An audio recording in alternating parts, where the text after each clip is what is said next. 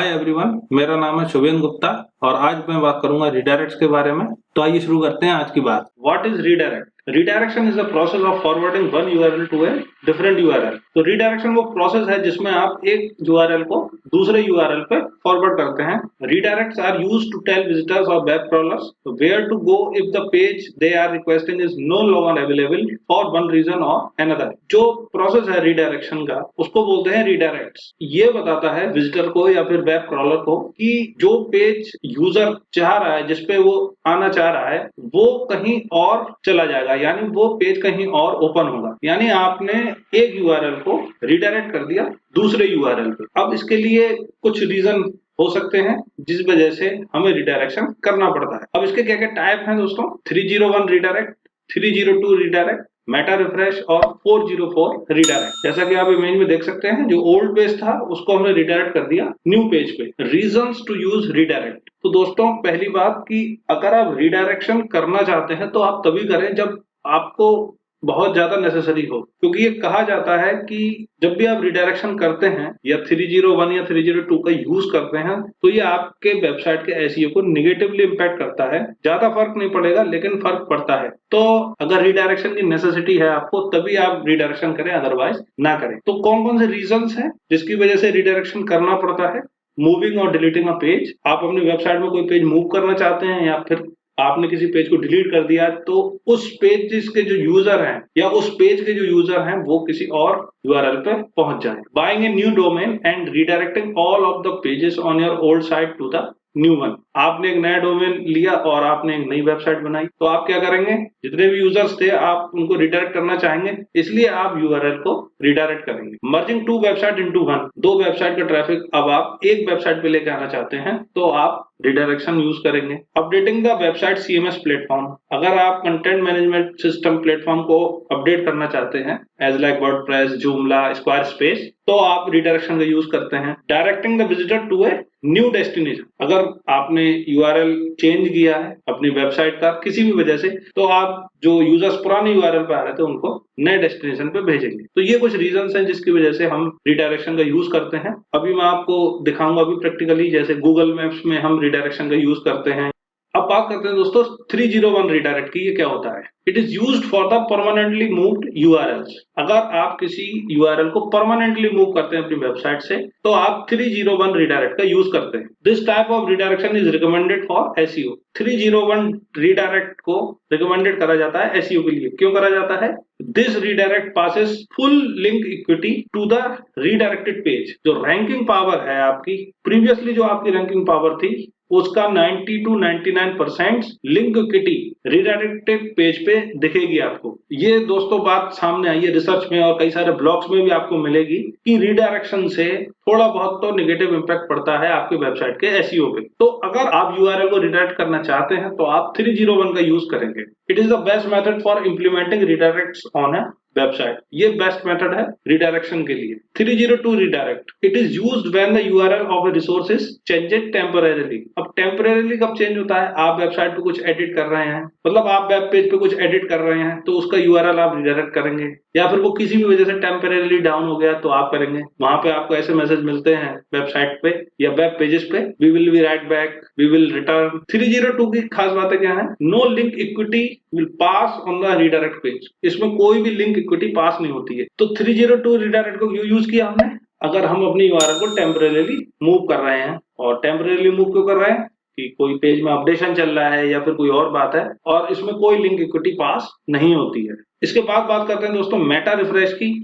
Meta refreshes are type of redirect executed on the page level rather than server level. जो meta refresh redirect होते हैं ये page level पे होते हैं, ना कि सर्वर लेवल पे होते हैं। They are usually slower and not are recommended SEO technique. वो स्लो होते हैं, मतलब रिडायरेक्शन जब करेंगे तो कुछ टाइम लेंगे वहां तक पहुंचने में, और ये एसईओ टेक्निक जो है इसको रिकमेंड नहीं करा जाता है। क्यों? पास सम लिंक इक्विटी। ये जो लिंक इक्विटी पास करते हैं वो बहुत कम होती है ओरिजिनल यूआरएल से रिडायरेक्टेड यूआरएल पे। अब ये होता क्यों है? The most commonly associated with a 5 second countdown with the text if you are not redirected in 5 seconds click here.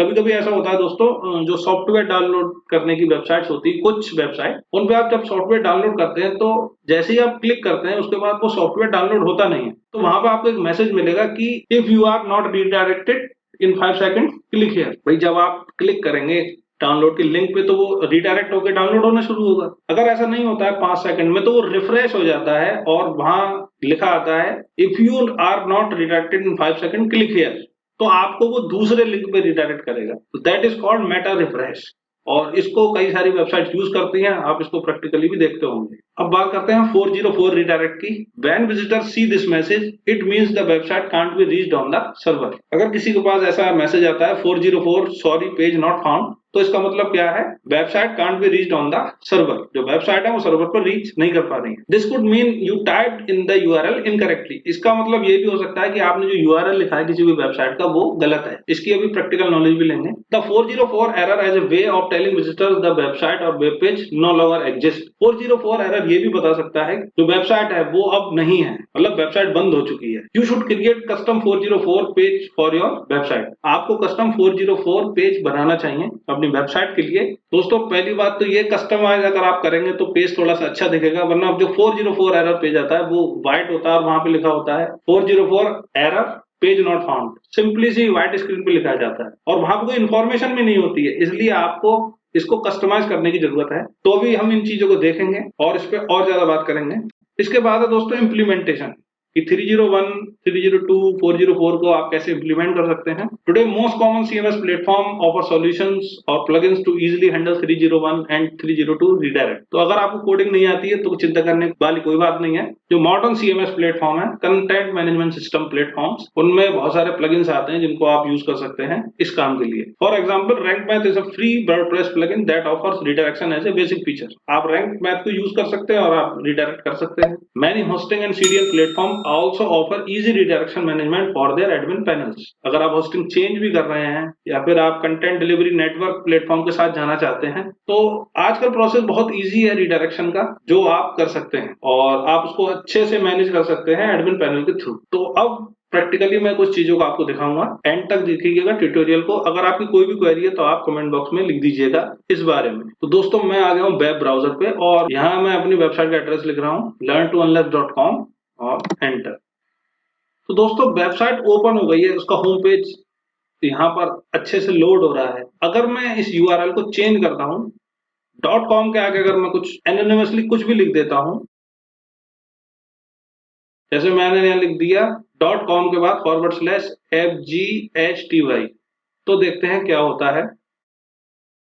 तो दोस्तों मेरे सामने इस तरीके का पेज आ रहा है और यहाँ पे लिखा आ रहा है 404 पेज नॉट फाउंड, और यहाँ पे आप यूआरएल देख सकते हैं और मैसेज क्या आ रहा है, we could not find what you were looking for. Unfortunately, the web page you were looking for could not be found. Please check the URL you entered for any mistakes and try again. और दोस्तों मान लीजिए ये page तो मैंने customise कर रखा है, अगर इसकी जगह कोई ऐसा पेज आता जो बिल्कुल ब्लैंक होता और वहां पे केवल एक लाइन में लिखा होता 404 एरर पेज नॉट फाउंड। अब अगर यूजर किसी भी वजह से यूआरएल गलत भी लिख देता है या फिर अगर कोई भी बंदा इस यूआरएल का गलत यूज करना चाहे तो वो कर नहीं सकता, क्योंकि अगर कुछ वो ऐसा यूआरएल लिखेगा तो उसके सामने 404 पेज आ जाएगा। तो इस पेज को कस्टमाइज करने का फायदा ये है कि वो यहाँ से होम पेज पे जा सकता है, अबाउट अस पेज पे जा सकता है, ट्रेनिंग पे जा सकता है और कॉन्टेक्ट अस पे जा सकता है। अगर मैं यहाँ से कॉन्टेक्ट अस पे क्लिक करूंगा तो कॉन्टेक्ट अस पेज ओपन हो जाएगा।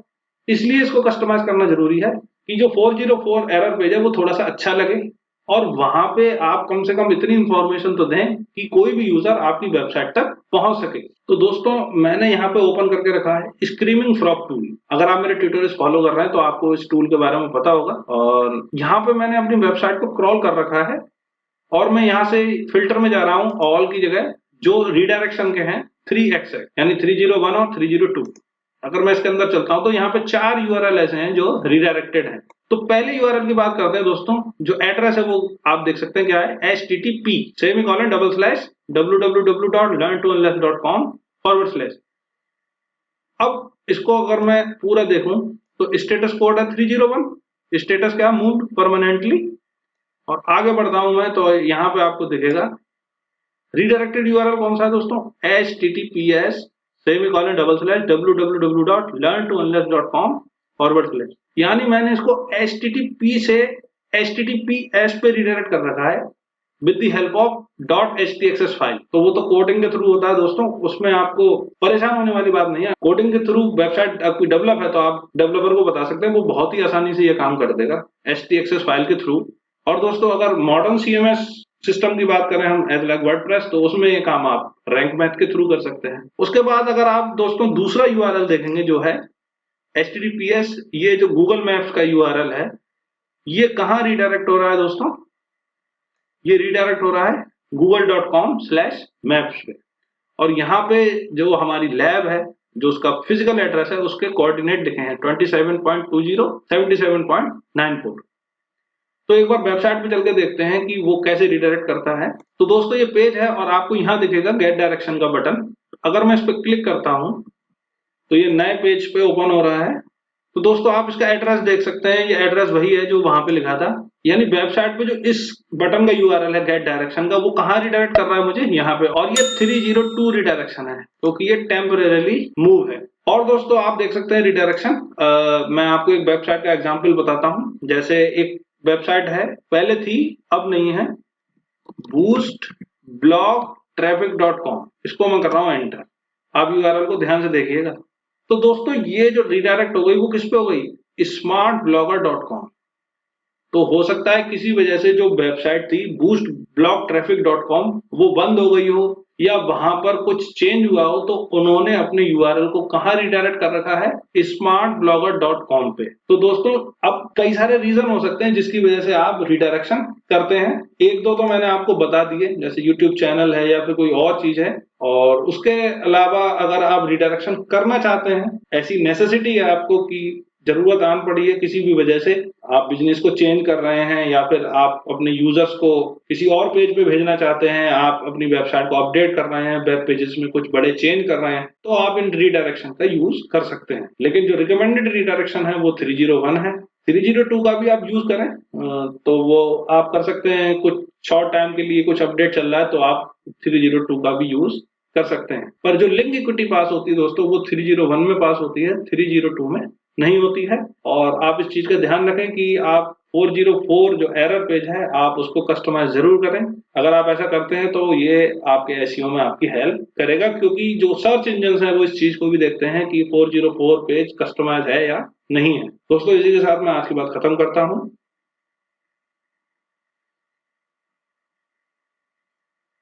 आई होप बातें आपकी समझ में आई होंगी और आपने रीडायरेक्ट्स के बारे में जान लिया होगा। अगर आपकी कोई भी क्वेरी है तो आप कमेंट बॉक्स में लिख सकते हैं।